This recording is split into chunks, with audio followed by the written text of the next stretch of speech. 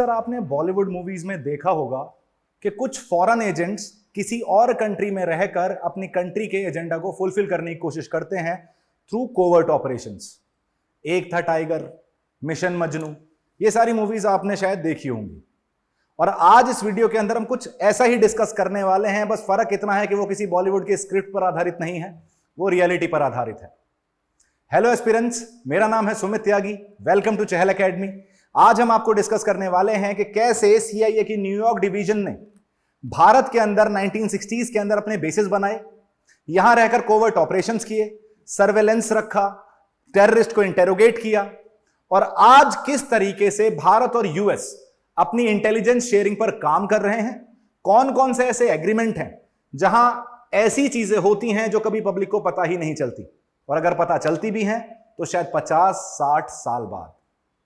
Without any further delay, let's start with the video. ये news क्या है? जैसा आपको देखने को मिल रहा होगा, 1968 में जो मार्टिन लूथर किंग और जॉन एफ कैनेडी के असैसिनेशन हुए थे 1960s के अंदर, उस टाइम की सारी फाइल्स रिलीज कर दी गई हैं on the orders of Donald Trump, जिसके अंदर यह जानकारी मिलती है कि भारत के अंदर न्यू दिल्ली और कोलकाता जैसी जगह पर सीआईए ने अपने बेसिस बना रखे थे, और सीआईए के न्यूयॉर्क डिवीजन का यह पूरी तरीके से खुलासा है। इससे हमें क्या फर्क पड़ा? क्या यह हमारे फायदे में काम कर रहा था या यह हमारे नुकसान में काम कर रहा था? बस इस वीडियो के अंदर वही जानना है।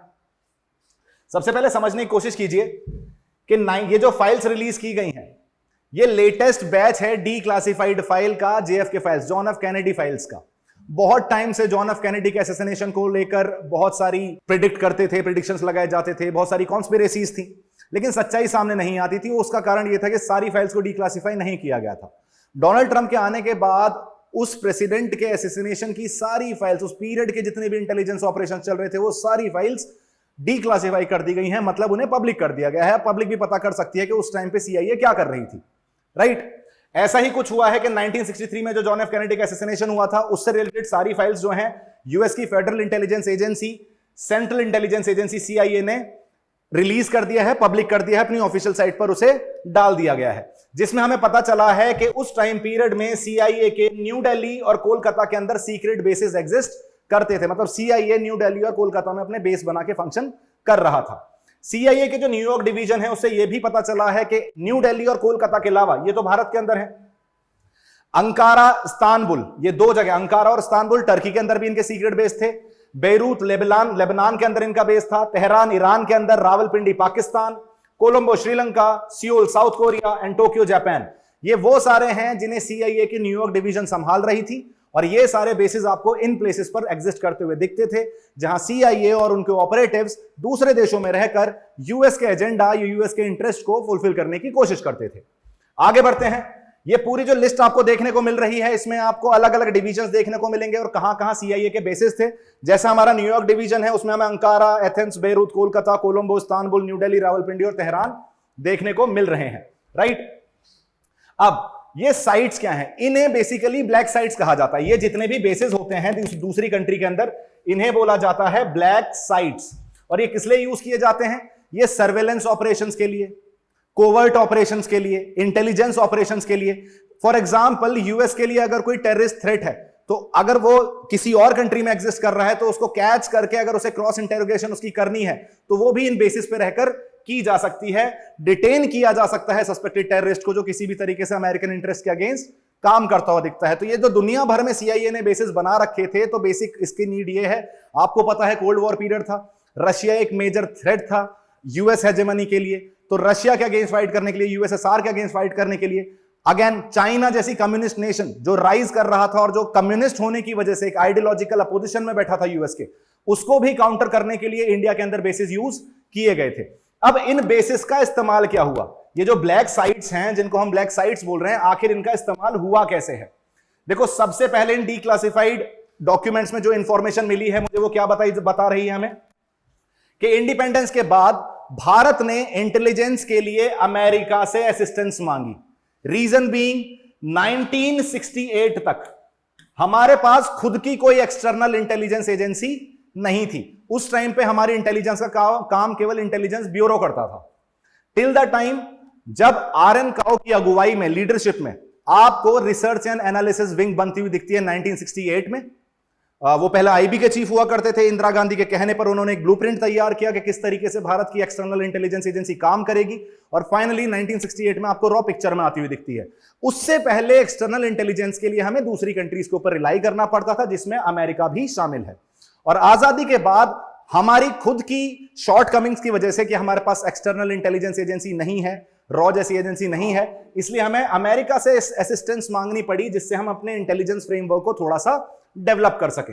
साथ के साथ आपको यह भी समझना पड़ेगा कि 1949 के अंदर जो आईबी के डायरेक्टर थे उस टाइम पे, जिनका नाम था टीजी संजीवी, उन्होंने सीआईए के साथ कोलैबोरेट किया था कम्युनिस्ट चाइना को मॉनिटर करने के लिए। यह तब की बात है जब चाइना ने तिब्बत को एनेक्स कर लिया था। और जब चाइना ने तिब्बत को एनेक्स किया तो चाइना के डायरेक्ट बॉर्डर शेयरिंग किससे स्टार्ट हो गई? इंडिया से शेयरिंग स्टार्ट हो गई, और इंडिया के लिए भी एक वो सिक्योरिटी थ्रेट बनता हुआ नजर आ रहा था।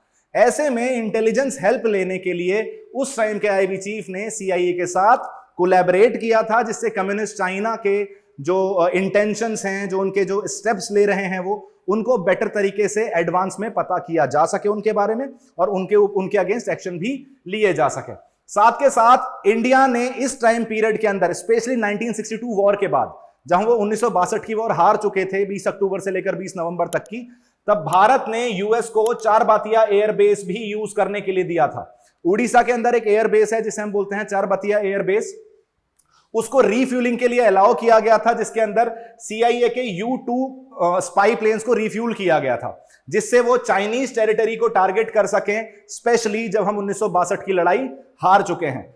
सीआईए ये भी बोलती है कि 1959 में जब दलाई लामा रेफ्यूज लेने आए भारत में और उनको एस्केप कराना था तिब्बत से, जिससे वो कम्युनिस्ट चाइना के हाथ में ना लग जाएं, तो उसमें भी सीआईए ने एक मेजर रोल प्ले किया था। दलाई लामा के एस्केप में भी, भारत आने में दलाई लामा के सीआईए का एक मेजर रोल रहा है, वो भी इन डीक्लासिफाइड डॉक्यूमेंट से हमें पता चलता है। अब प्रेसिडेंट डोनाल्ड ट्रंप आखिर ऐसा कर क्यों रहे हैं? देखो, डोनाल्ड ट्रंप ने अपनी इनिशियल पीरियड में ही, even during the campaign period, उन्होंने बोला था कि मेरी लड़ाई जो है वो डीप स्टेट के अगेंस्ट है। थोड़े टाइम पहले आप यूएस एड की बात कर रहे थे। यूएस एड जो है वो यूएस के एजेंडा चलाने के लिए डेवलपमेंट के नाम पर दूसरी कंट्रीज की पॉलिटिक्स में इंटरफेयर करता है, वहां तख्ता पलट करवाता है। ये मल्टीपल इंफॉर्मेशन आई है हमारे पास, माइक बेंस के रेवलेशंस आए हैं, जो टीम जॉर्ज है इजराइल का, उसका एक एस्पेक्ट आया है, किस तरीके से इंडियन इलेक्शंस में भी आपको इंटरफेरेंस होती हुई दिखी। वो $25 मिलियन जो यूएस एड भेज रही थी, किस तरीके से वोटर टर्नआउट को कन्वर्ट करने के लिए था, ये भी हमें पता चला। और ये वहां का प्रेसिडेंट बोल रहा है, तो डेफिनेटली कुछ ना कुछ तो इस बात में सच्चाई है। डोनाल्ड ट्रंप के रेवलेशंस हैं ये।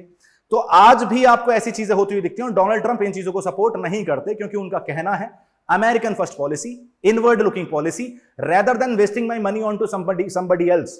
मेरे को वो पैसा किसके ऊपर इस्तेमाल करना चाहिए? मेरे को वो पैसा अमेरिकन के वेलफेयर के लिए यूज करना चाहिए। आसान भाषा में मैं ये बोल सकता हूं, rather than offensive realism, you need to move towards defensive realism. तुम जबरदस्ती किसी के अंदर इंटरफेयर करने की कोशिश मत करो अगर वहां तुम्हारी जरूरत नहीं है। बहुत सारे लोग, स्पेशली जो offensive realist like John M Mearsheimer, जो आज भी आपको मल्टीपल, अगर आप सर्च करते हैं तो उनके मल्टीपल आपको थॉट प्रोसेस स्पीचेस देखने को मिल जाएंगे, वो इस चीज से एग्री नहीं करते। उनका कहना है कि अगर ये यूएस एड जैसी चीजें बंद कर दी जाएं, ये सीआईए के कोवर्ट ऑपरेशंस बंद कर दिए जाएं, तो यूएस की जो हेजेमनी है उसमें थोड़ी सी दिक्कत आ सकती है, क्योंकि अगर वो नहीं करेगा तो सामने वाला तो डेफिनेटली करेगा, उस वैक्यूम को फिल करने की कोशिश करेगा। प्रेसिडेंट ट्रंप ने बोला था कि भाई जितनी भी क्लासिफाइड फाइल्स बची हैं जो जेएफके से रिलेटेड, जॉन एफ कैनेडी से रिलेटेड, उन्हें डीक्लासिफाई किया जाए और सारी चीजों को क्लियर कट किया जाए। जितने भी कॉन्स्पिरेसी थ्योरीज हैं उनके ऊपर से पर्दाफाश किया जाए।